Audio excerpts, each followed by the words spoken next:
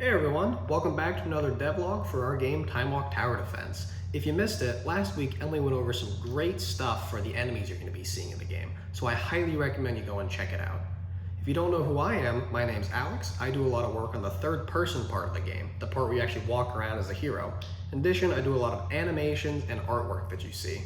Since you guys last saw me, I've made a whole lot of gameplay improvements to the third person aspect. I'll go over those in a couple moments, but you're going to notice it feels a lot better to play. In addition, I've done a whole ton of animations, artwork, and other stuff. So, without further ado, let's go jump into it.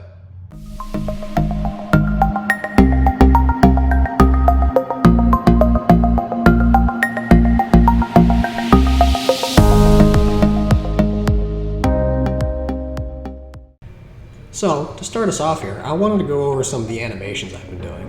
Last time, I realized I didn't go too much in depth on my actual thought process during these, so I wanted to give it the attention it needed.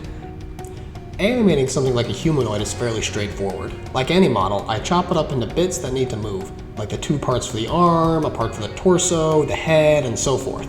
Then, I think about what this character is thematically for what our animation should look like. Our ace, for instance, poses like a Wild West cowboy giving off an outlaw bad boy who doesn't listen to the rules kind of feeling. It was inspired by the attitude of Maverick in the old classic Top Gun.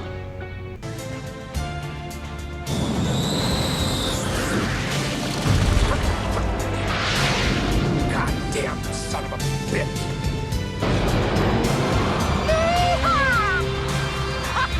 Great balls of fire! For the time-lost swordsman here, he is described as being just a basic foot soldier with a sword going to ruin someone's timeline. So, his movements are going to reflect this. He has a very simple run animation without too much detail, which like I mentioned last time was to decrease any excessive visual clutter. However, he still has an aggressive grip on a sword and he has a very menacing forward lean, indicating he's nasty and means business.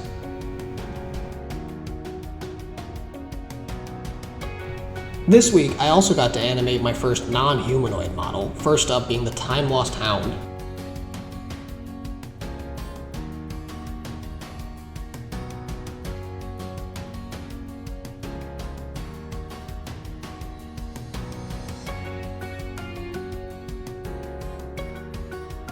I quickly realized I had no idea how dogs run, so I took this opportunity to do some, work-related research.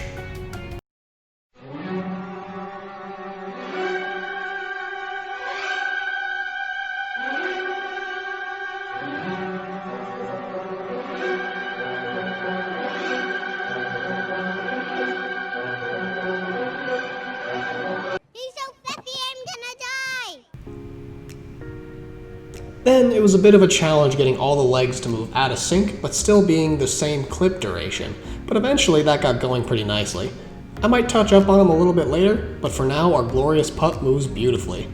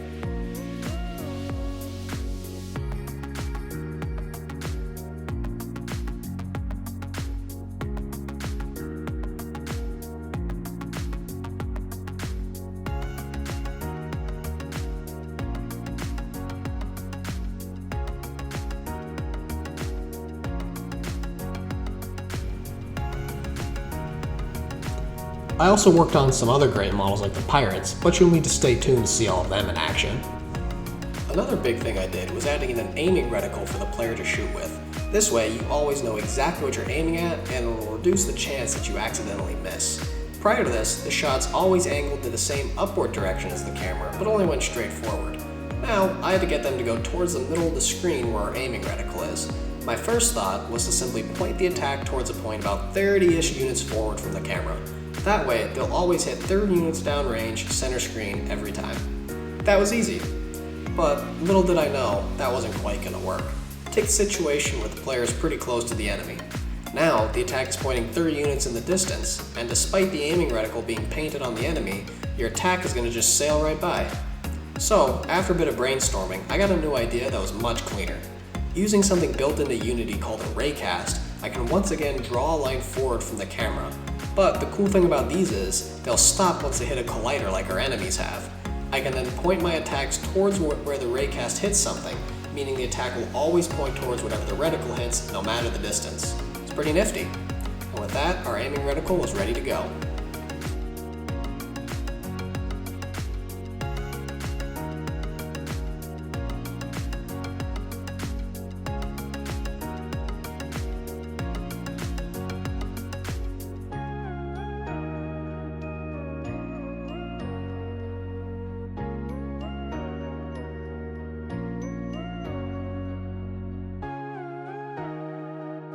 Another tidbit to make the game play much nicer was adding in some cool floating damage numbers. This way you'll know for certain whether your attack hit something and just how effective it was.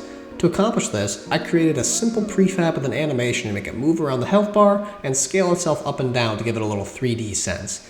Then some quick code to instantiate it and it was ready to go. To further increase the information you get, I made it so player damage shows up red on the left while other damage shows up blue on the right. Unfortunately, this system still has a bit of fine-tuning to do, as some of the attacks like the Ice Mage's towers look a little, whack.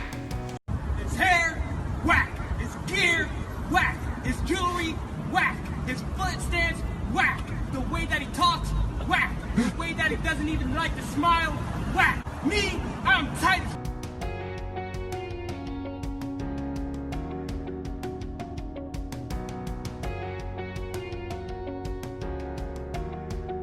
Finally, I did a little bit of artwork to get our Steam page going. I had created some banner art before, so it was pretty easy to just reuse those pieces in different scales and positions. They were designed as vector art, so they rescale very nicely.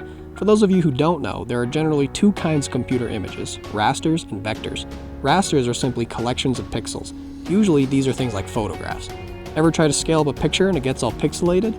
That's because its pixels are limited. Your program is just trying to make its best guess as to what it would look like when it's scaled, leaving it all chunkily and pixelated as it upscales just the existing pixels. Vectors, on the other hand, are mathematical formulas. You draw paths and shapes, filling them in with color. Because these paths are just line formulas, they can up and down scale without any quality loss. The characters you see on the screen were originally screenshots and then traced with hundreds of individual paths, making their color much more defined and allowing them to scale without quality loss. If you're interested in more cool art info as I continue to make these art pieces, let me know in the comments down below, and I'll let you know how I do what I do.